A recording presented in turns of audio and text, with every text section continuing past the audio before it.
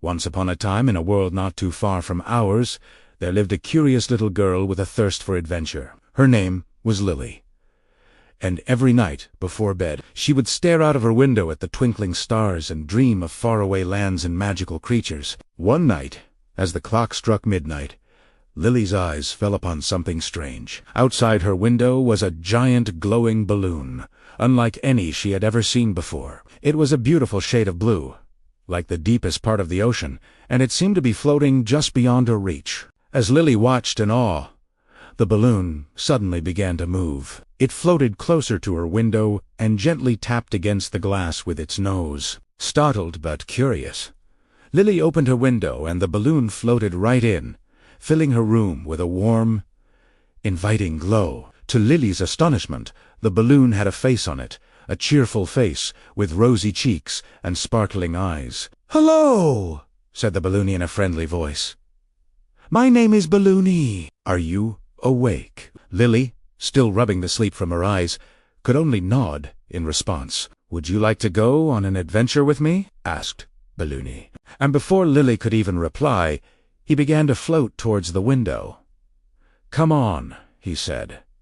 "It's going to be fun." And without a moment's hesitation, Lily climbed onto Balloony's back, and they shot out of her window and into the night sky. The first place they visited was a kingdom in the clouds. It was a land of cotton candy castles and marshmallow mountains, and the air was filled with the sound of singing birds and tinkling bells. "Welcome to Cloud Kingdom," sighed Balloony. "It may look like a dream, but this is your first lesson. Everything in this world is what you make it. So if you want to make it a dream, then it will be a dream." Suddenly, a fluffy white cloud drifted past them and landed on a nearby mountain.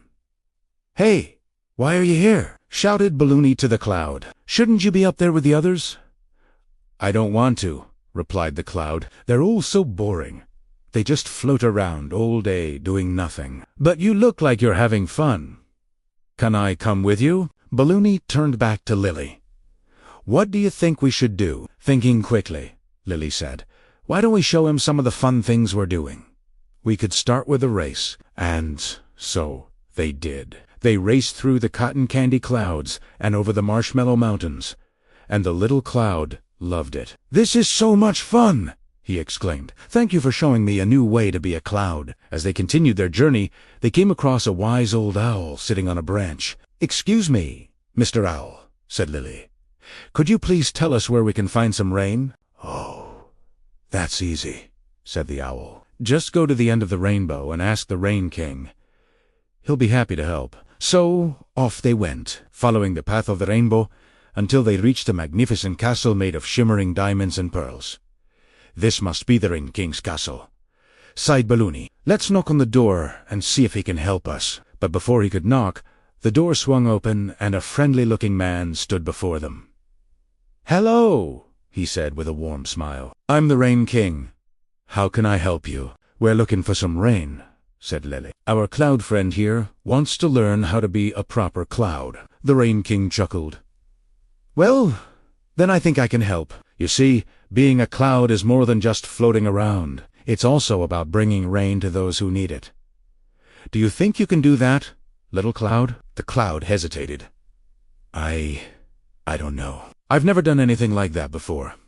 "That's okay," said the Rain King. "I'll teach you. Now, remember, when you bring rain to others, it will make you feel good inside." With the Rain King's help, the cloud learned how to create the perfect raindrop, and when he saw how happy it made the people of Cloud Kingdom, he felt a sense of pride and accomplishment he had never felt before. After their adventure in Cloud Kingdom, Baloney and Lily continued their journey. Next, they found themselves in an underwater city made entirely of coral and seaweed. Glowing fish of all shapes and sizes swam through the streets, and the water sparkled with an otherworldly light. "Wow, it's so beautiful down here," whispered Lily.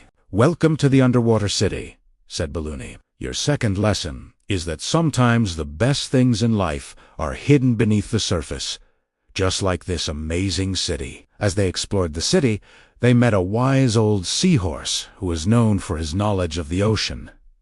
"Excuse me, Mr. Seahorse," said Lily. "Could you please tell us where we can find the mermaid princess. "Oh, she's just over there," said the seahorse, pointing with his nose. "She's always busy making everyone's wishes come true." Lily and Baloney swam over to the mermaid and told her about their journey. "Oh, how wonderful," said the mermaid. "I would love to help you, but I'm afraid I'm a bit too busy right now." "It's okay," said Lily. "We understand. Is there anyone else who might be able to help us?"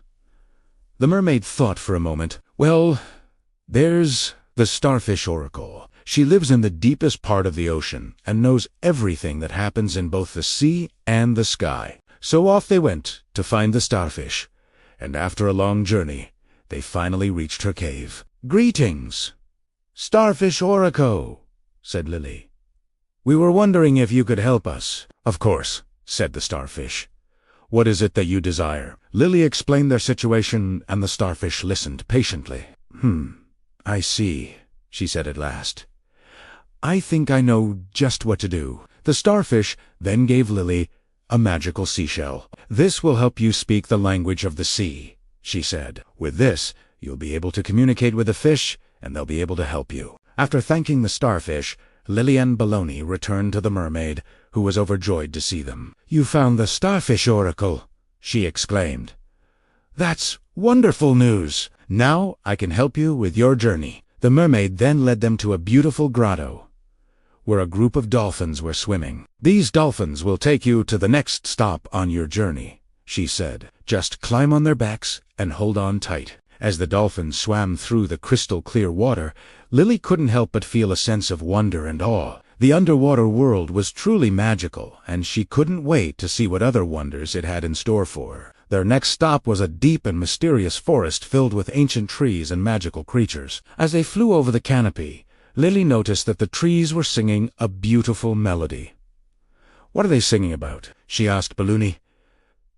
"That's your third lesson," he replied. "Sometimes the most unexpected places can be the most magical." Before Lily could respond, they landed on a low-hanging branch, and a tiny tree sprite with wings like stained glass greeted them.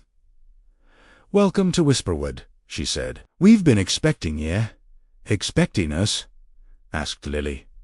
"How is that possible?" "The trees told us you were coming," replied the tree sprite. "Now, if you'll excuse me, I have to go water my flowers." Anwith-thashi fluttered away. "I don't understand," said Lily. "Why do the trees here seem so alive?" "Because they are alive," sighed Balloony.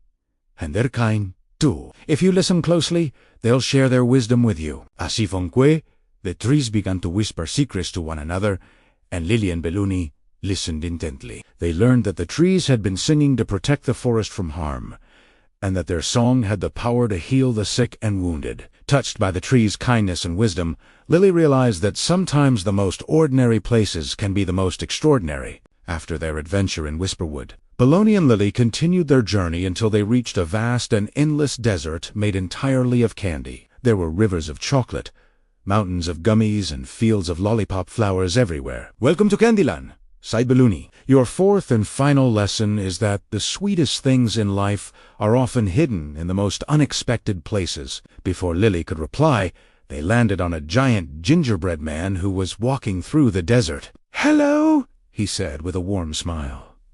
"I'm the gingerbread guide. Are you lost?" "We're looking for an adventure," said Lily. The gingerbread man chuckled. "Well, then I think I can help.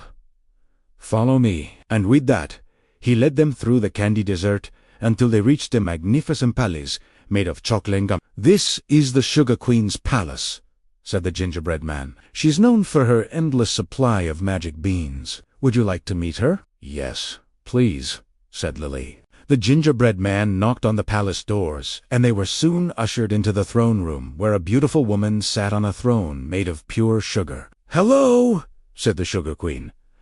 "I'm the ruler of Candyland.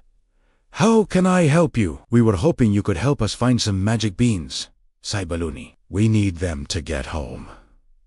The Sugar Queen smiled. "Of course, my dear Balloon. Magic beans are my specialty." With the Sugar Queen's help, they found a bean that was just the right size for Lily.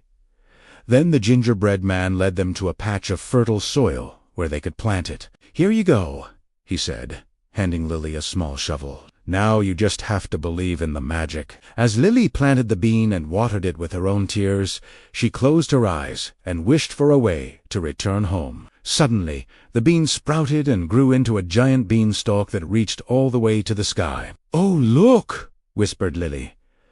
A staircase. And with that the beanstalk began to glow, and a staircase appeared, leading all the way to Lily's window.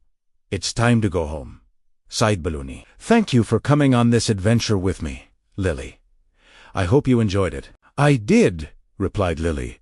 "It was the best night of my life, and I can't wait for another adventure." And with that, Lily climbed onto her bed and snuggled under her covers. She dreamed of magical balloons, underwater cities, and talking trees. And as the sun rose the next morning, she knew that her life would never be the same again.